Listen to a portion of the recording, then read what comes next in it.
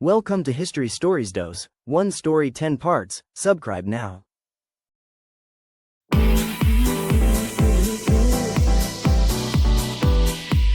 For nearly 10 years, Alexander's army had cut a violent path across the ancient world.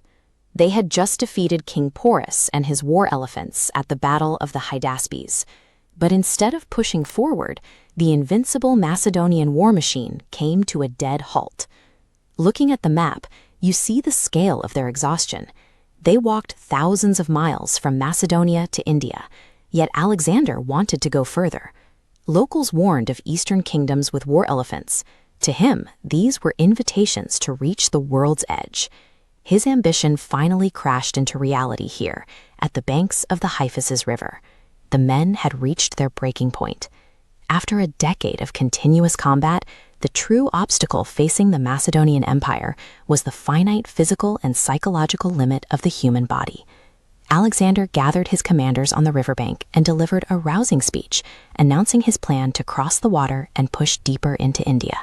Usually, his speeches were met with roars of approval.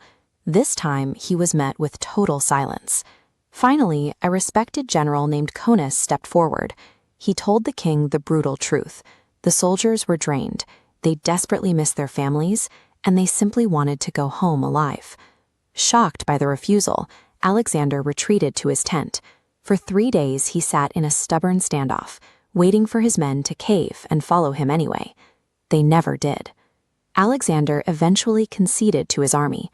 Before turning back, he ordered the construction of 12 massive stone altars along the riverbank to mark the absolute limit of his eastern expansion. Up to this point, no enemy force had been able to stop Alexander the Great. His very first defeat came entirely from the broken morale of his own loyal troops. Alexander agreed to turn back, but his pride refused to let him simply retrace his steps. Instead, he split his forces and chose an entirely new path home. That route took them directly through the Gedrosian desert, an impossibly harsh wasteland. The climate offered zero mercy. The army endured scorching daytime heat, freezing temperatures at night, and violent sandstorms that swept across the dunes without warning. Food and water ran out. Men and animals collapsed on the march. Veterans who had survived 10 years of brutal hand-to-hand combat ended up dropping dead from simple thirst and starvation. By refusing to compromise on the route, Alexander had marched his army into a conflict against nature itself, an enemy that no battlefield strategy could outmaneuver. Deep in the desert, a few soldiers managed to find a tiny pool of water. They scooped it into a metal helmet and immediately brought it to their severely dehydrated king. Alexander held the helmet. He looked at the precious water, and then looked out at the parched, dying men surrounding him. There wasn't enough to share. Without taking a single drop, Alexander tipped the helmet and slowly poured the water directly into the dry sand.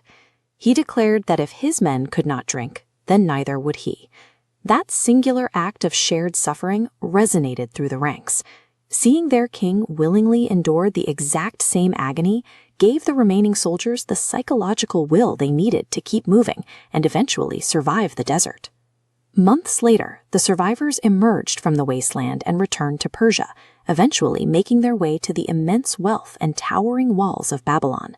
But the decade of war had taken a heavy toll. The army was a fraction of its former self, and Alexander had lost many of his closest companions to battle, betrayal, and the desert track.